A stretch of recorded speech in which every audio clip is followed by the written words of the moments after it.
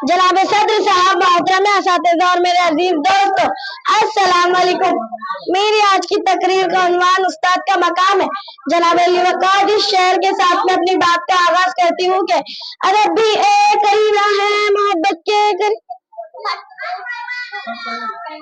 अदब भी एक करीना है मोहब्बत के करीनों में, उस्ताद भी एक नगीना है जन्नत के नगीनों में। तालिबे इल्म और असातिज़ा का रिश्ता तमाम रिश्तों में सबसे मुक़द्दस और पाकीज़ा होता है।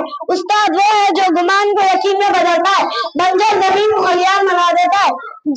उस्ताद वो जो चश्म बसार को निगाह रसायत अता करता है।